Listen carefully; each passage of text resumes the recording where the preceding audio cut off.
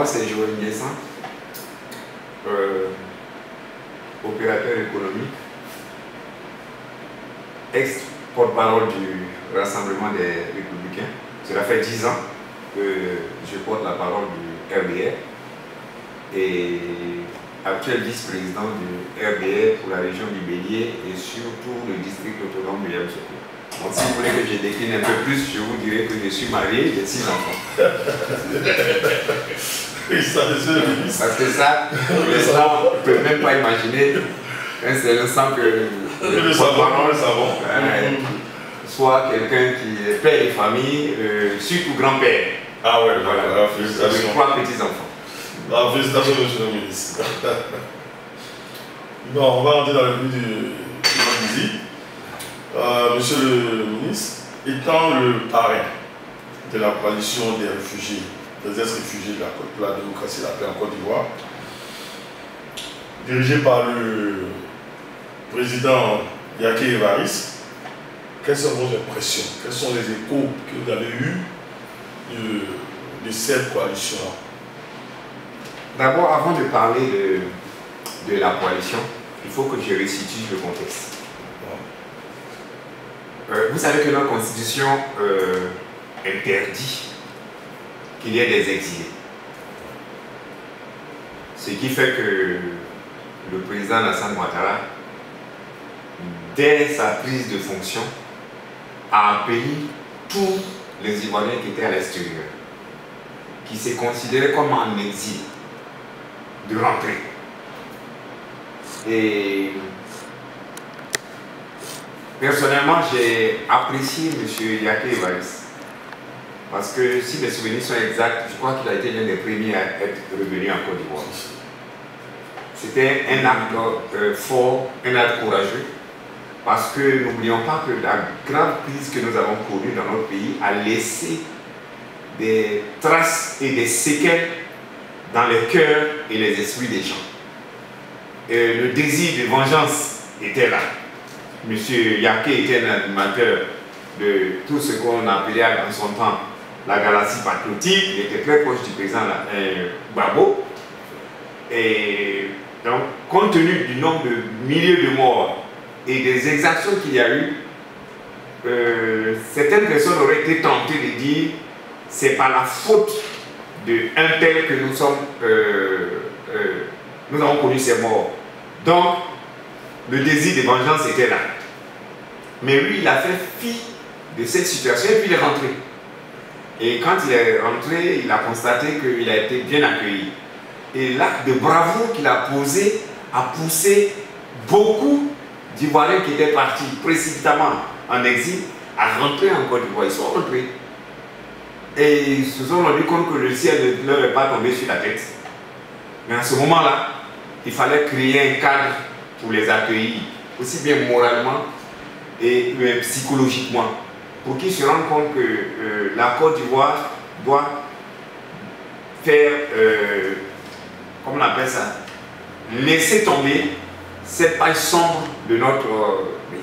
Il est venu, il a vu que beaucoup d'Ivoiriens ont laissé tomber cette phase très sombre de notre histoire récente et qu'on pouvait réapprendre à vivre ensemble. Donc c'est comme ça que, au fur et à mesure, il a commencé par regrouper un certain nombre d'ex-exilés. Ils sont venus me voir. Je leur ai dit que j'assume de les parrainer. Parce que dans le désir de vivre ensemble, s'il n'y a pas des gens au plan politique qui assument de les encadrer, de leur donner des conseils pour leur réintégration, ou faciliter même leur intégration, les autres auraient eu des doutes quant au fait de revenir en Côte d'Ivoire. Aujourd'hui, avec l'amnistie que le président Alassane Ouattara a eu à prendre, vous constaterez que ils viennent tous. Des plus illustres aux moins connus, les gens ne font que rentrer. Ils ne font que rentrer et ils constatent eux tous qu'il est mieux de vivre chez soi que d'être en exil. Donc moi, mon désir, c'est de passer un message à travers leur coalition pour dire à ceux qui hésiteraient encore, ils peuvent venir, ils peuvent rentrer.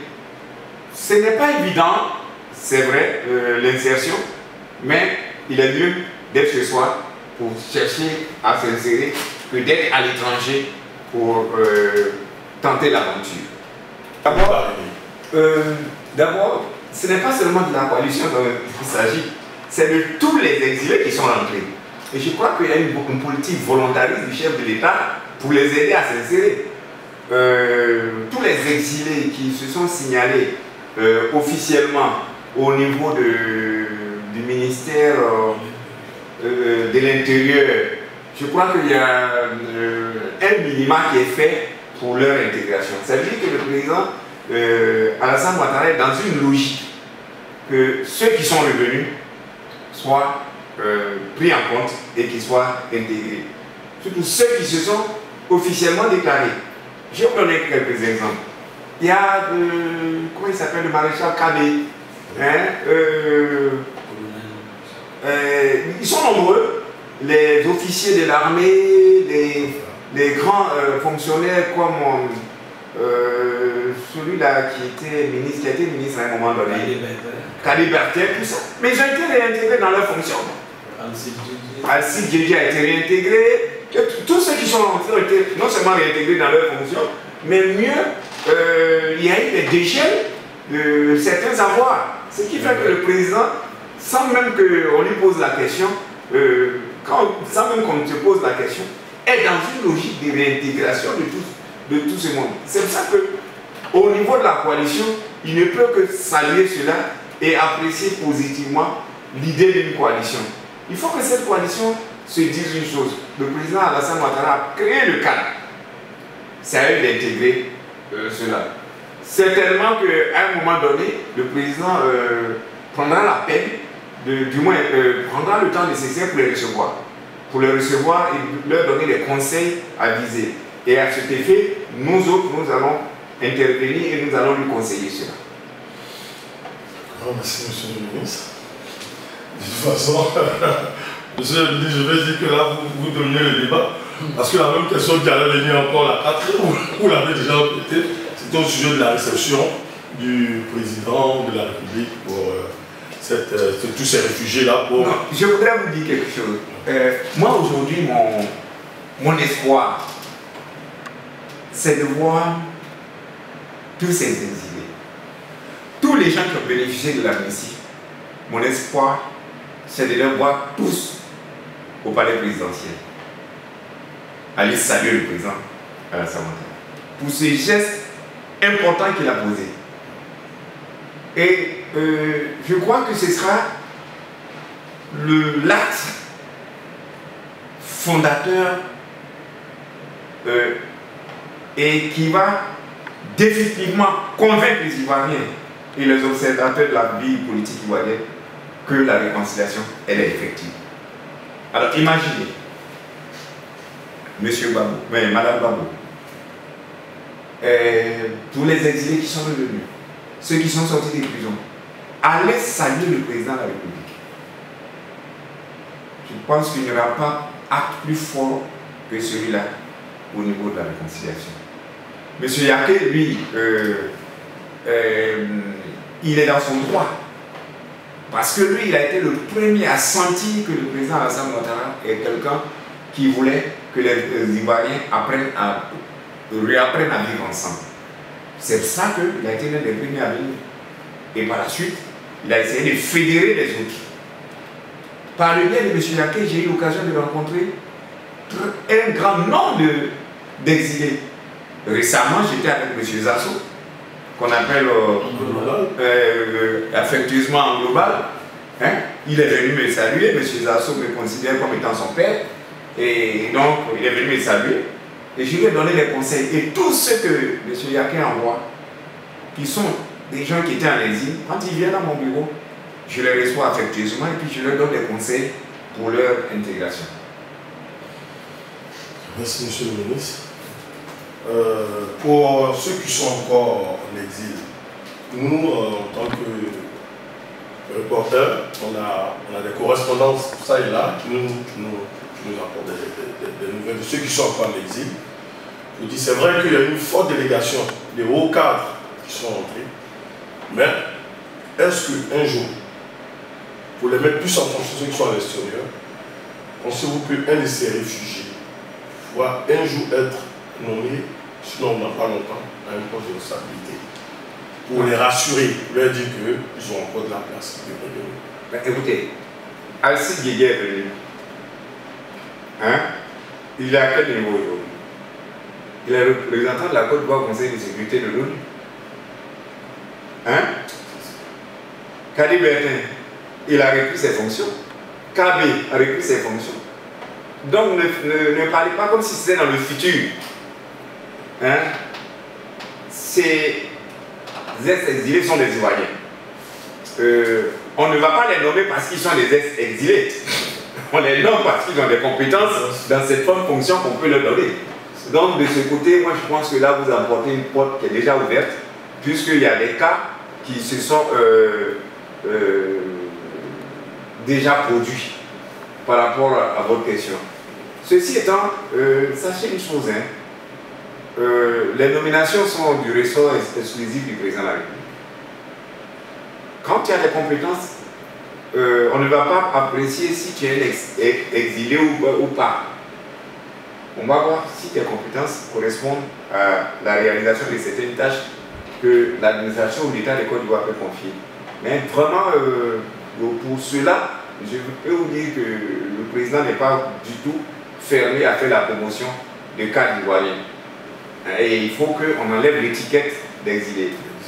Je voudrais profiter de votre question pour préciser quelque chose. Vous verrez que ceux qui sont encore en exil, on appelle ça l'exil volontaire.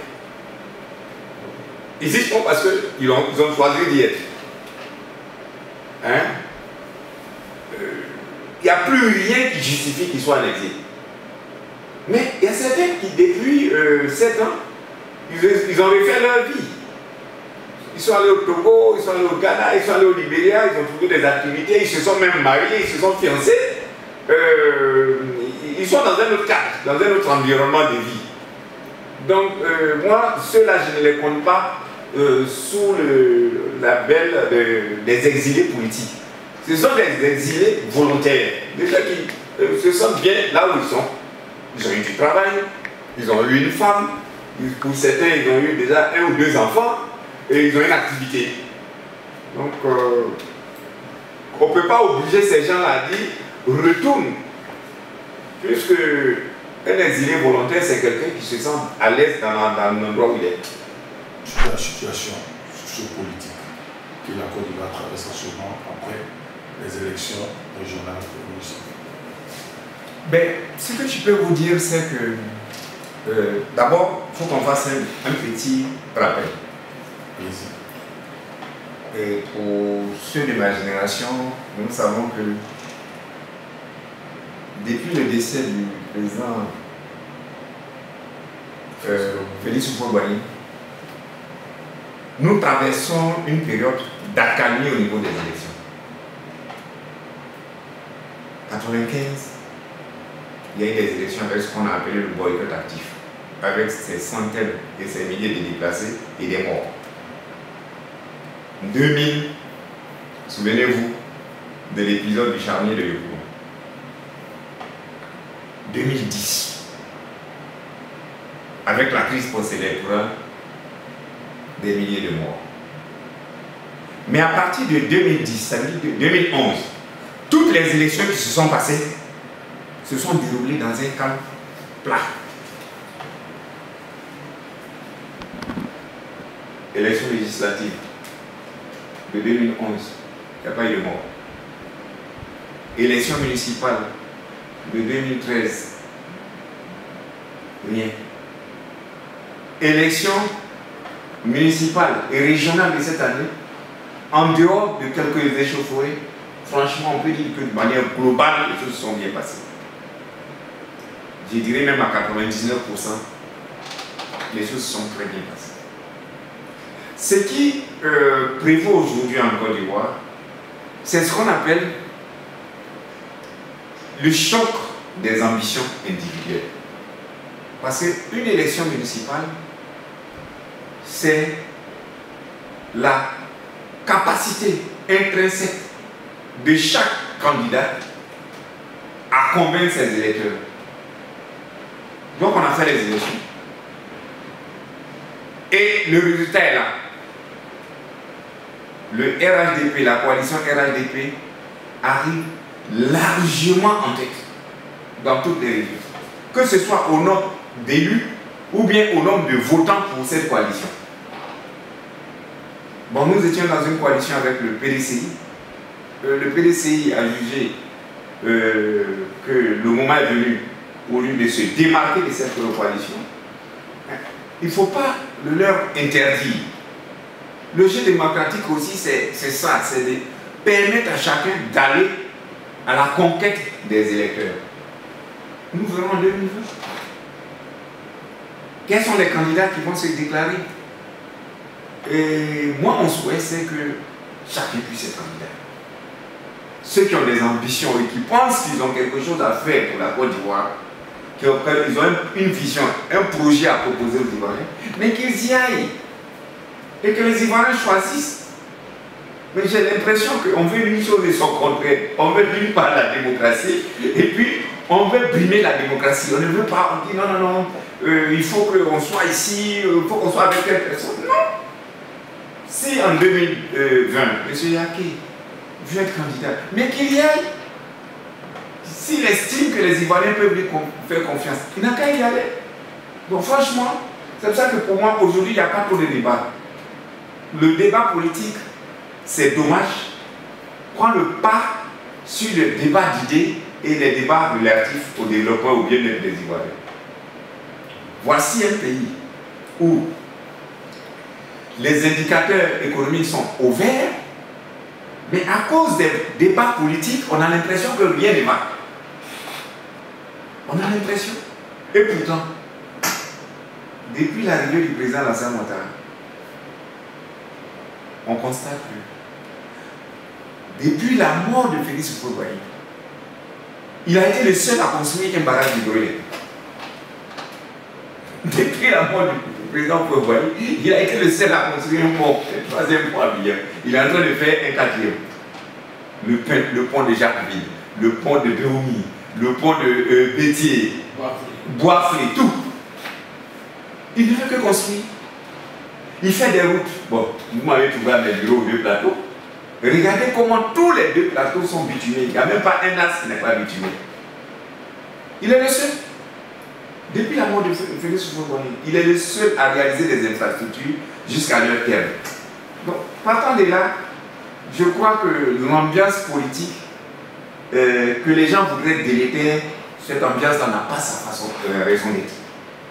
On devrait peut-être sortir un peu du terrain politique et puis pour regarder les réalités sociales et économiques en face. Aujourd'hui, moi, en tant que vice-président du RDN, ce que j'attends des opposants, c'est qu'ils fassent des débats un peu plus élevés, qui disent des choses beaucoup plus sensées que de se focaliser sur les questions essentiellement politiques. Oui, la Côte d'Ivoire va mal. Mon Dieu, je crois que ceux-mêmes qui le disent là, où ils habitent, quand ils voient l'amélioration de leur cadre de vie, c'est qu'ils sont conscients qu'ils sont en train de mentir. Donc on a qu'à... Moi je veux voir les opposants se poser la question de savoir, mais qu'est-ce que le pouvoir fait pour l'amélioration des conditions des élèves, des étudiants, des femmes, des ménageurs, des planteurs, et qu'on fasse des critiques sur ça. Pas des débats qui ont trait essentiellement au positionnement des uns et des autres. Parce que vous verrez que tous les hommes politiques de l'opposition, tous leurs propos sont auto-centrés sur leur personne par rapport au positionnement qu'ils voudraient avoir demain. Mais les Ivoiriens ne votent pas ils ne votent pas les positions politiques, ils votent des individus qui sont capables de leur apporter un bien-être. Et en cela, franchement, je crois que le président Ouattara n'a rien à démontrer à qui que ce soit. Parce qu'aucun homme politique ivoirien ne peut prétendre valablement et honnêtement que ce monsieur n'a pas fait ce qu'il devait faire par rapport au programme qu'il a promis aux Ivoiriens. Merci, monsieur le ministre. Parce que c'est vrai, vous êtes très proche collaborateur du président de la République et la jeunesse vous considère comme son porte-voix auprès du président de la République. Au nom de la jeunesse ivoirienne, à laquelle j'ai dit que j'ai une interview avec monsieur le ministre, m'ont demandé personnellement de vous poser la question. Bien. La question de la jeunesse ivoirienne, c'est une problématique qu'il faut adresser, à mon sens, différemment.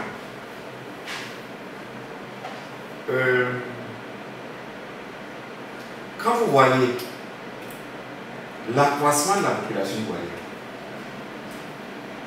comparativement à l'accroissement des activités économiques, et je dirais même dans certains secteurs, le déclin des activités économiques, la conclusion immédiate qui apparaît, c'est que le tissu économique tel qu'il est conçu, avec ces grosses entreprises et même l'administration, ils ne peuvent pas résoudre le problème de la jeunesse. Ce n'est pas possible. Il faut le dire de manière claire. Je me souviens encore qu'en 1995-96, j'avais lancé un concept. Le concept disait ceci: si tu cherches un emploi, crée-le. Parce que le problème de la jeunesse aujourd'hui, c'est plutôt un problème d'emploi. Si tu cherches un emploi, crée-le. Si tu cherches à être embauché, crée ton embauche. C'est l'auto-emploi. Par des activités rémunératrices de revenus. Et moi, je pense que c'est là-bas qu'on va trouver la réponse. Quand je vois que tous les ans, il y a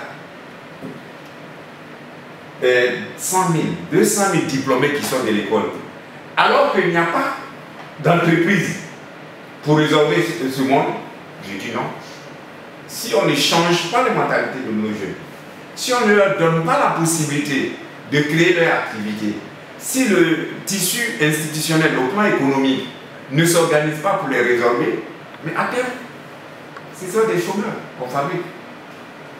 Ça, c'est déjà le premier aspect. Et puis, deuxièmement, par rapport à cette jeunesse, je voudrais qu'ils commencent à réfléchir à autre chose que de se mettre dans des filières qui, à mon sens, n'ont pas d'avenir. Je suis désolé de le dire, mais quand je vois des gens faire des études de BTS en ressources humaines, il y a combien d'entreprises pour embaucher un chef de service ressources humaines? Et pourtant, chaque année, on m'a sorti 10 000, 20 000 jeunes qui disent: moi j'ai eu mon BTS en ressources humaines, BTS en communication. Non, il faut qu'on aille dans d'autres types d'activités.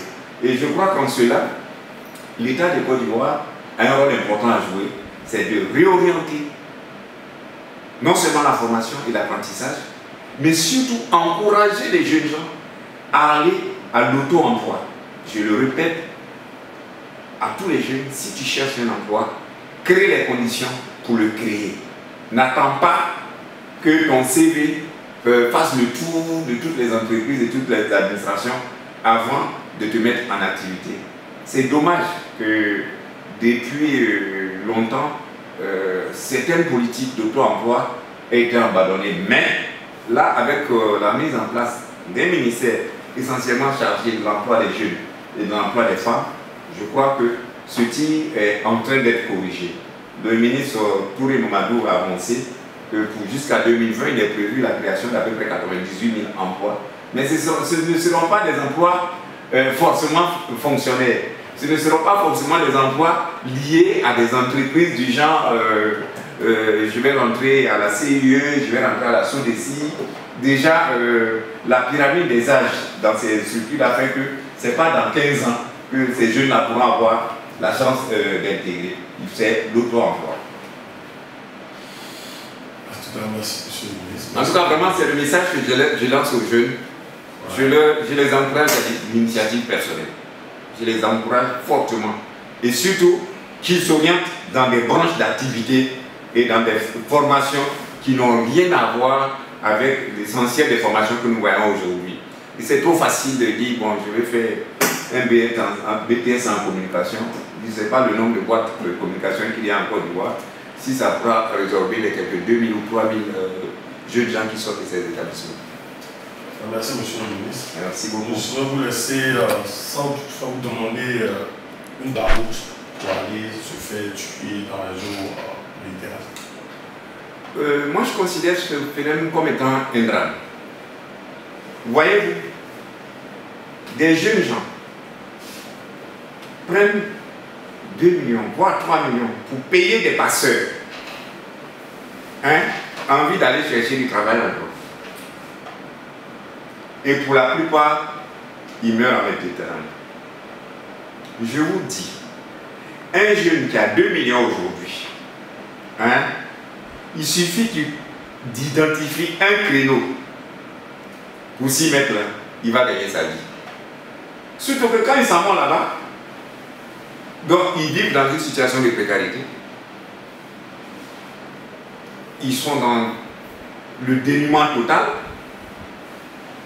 Et chaque fois qu'ils ont l'occasion de revenir après avoir régularisé leur situation, ils se mettent dans des jolis costumes pour venir épater les gens. Moi, j'ai dit aux gens, franchement, l'Europe, ce n'est pas leur avenir. L'Europe, ce n'est pas l'avenir des jeunes Africains. L'avenir se trouve ici. Par la création de petites activités. Je vous donne un exemple. Voyez-vous, voici un pays où nous produisons le manioc. Nous faisons la kéké. Mais comment on appelle les restaurants un peu partout là? Le garbadrom. Et vous savez pourquoi? Parce que garba là, c'est nos frères du Niger qui eux ne produisent même pas la kéké. C'est eux qui ont développé le concept. Qu'est-ce que nos gens ont allé faire? Nous qui avons vécu en Europe, on ne comprend pas. C'est comme si c'était un chant de sirène qui attirait nos jeunes gens pour qu'ils aillent mourir en Méditerranée. En tout cas, moi, je ne conseillerais pas du tout cela à mes enfants, ni aux autres chrétiens. Il y a du travail chez nous ici. Ils peuvent devenir très riches, à condition qu'ils soient bosseurs. Et qu'ils ne se laissent pas influencer par des modèles. Oui, lui, il est parti en Europe, il a réussi parce que le gars est venu avec un costume. Dernier cri, non. Il n'y a pas d'avenir à aller en Europe. Ça, je le dis, je le maintiens. Moi, j'ai des enfants qui ont fait les études en Europe, ils sont tous rentrés. Ils disent qu'ils préfèrent être ici. Tous ceux qui s'en vont, c'est pour aller faire des métiers de seconde zone.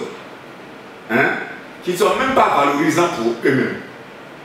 Et peut-être même avant d'arriver là-bas, ils meurent dans la Méditerranée.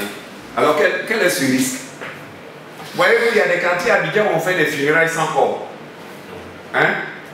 Je cite un quartier comme à Diamant. Beaucoup de jeunes sont morts en Méditerranée. Et toutes les semaines, vous apprenez qu'il y a funérailles dans telle famille. Parce qu'il n'y a pas de corps. Le monsieur est mort en Méditerranée. Mais c'est quoi ça? Mais que les jeunes gens arrêtent de croire que c'est en Europe que se trouve l'avenir. On ne peut pas développer l'Afrique en allant en Europe. On peut développer notre pays, notre Afrique en restant ici. Oui, cela n'absout pas, ça ne veut pas dire qu'il n'y a pas de drame quelque part. Il y a le phénomène de l'emploi, il y a le phénomène des guerres. Mais je voudrais, sur le phénomène des guerres en Afrique, revenir sur un concept que je développe de plus en plus. Connaissez-vous un pays africain qui fabrique des armes?